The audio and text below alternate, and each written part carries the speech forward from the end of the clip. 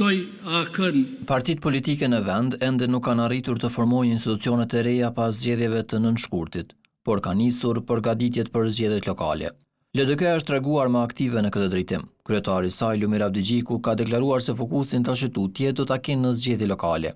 Kjo parti ka konfirmuar se përparim Rama do të jetë sërish kandidat për kryetar të Prishtinës, ndërsa në Gjilan është konfirmuar kandidatura e Arber Ismailit.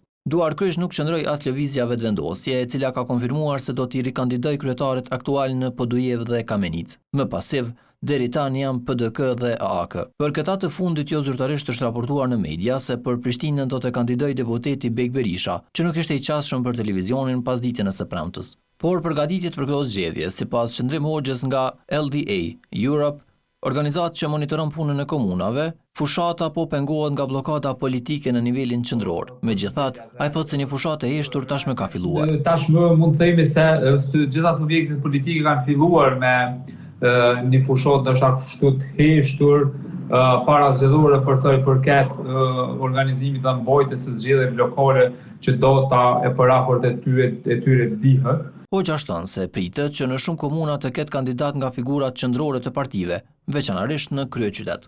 Partitë politike janë munduar që figurat e tyre të njohura kështu nëse mund të themi në nivel nacional ti vendosin si kandidat për kryetar të komunave në formë që të marrin më lehtë ndoshta besimin e elektoratit. Ndërkohë analisti politik Albinot Maloku vlerëson se fitoria në zgjedhjet lokale do të varet nga personat që do të kandidojnë, e jo domosdoshmërisht nga fakti nëse janë figurat qendrore të partisë, por nga lidhja që kanë me komunën ku garojnë.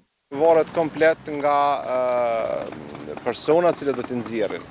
A mund të jenë persona që janë të njohur për opinionin publik, të cilët kanë konkuruar nivelin qendror, gjithsesi që mund të jenë, dhe sidomos ato subjekte politike të cilat nuk kanë bastione, mbajnë shpresa tek këto figura. Presidenti i vendit Vjosa Osmani pritet të caktojë datën e zgjedhjeve lokale gjatë muajit qershor, ndërsa zgjedhjet e kaluara lokale u mbajtën në muajin tetor.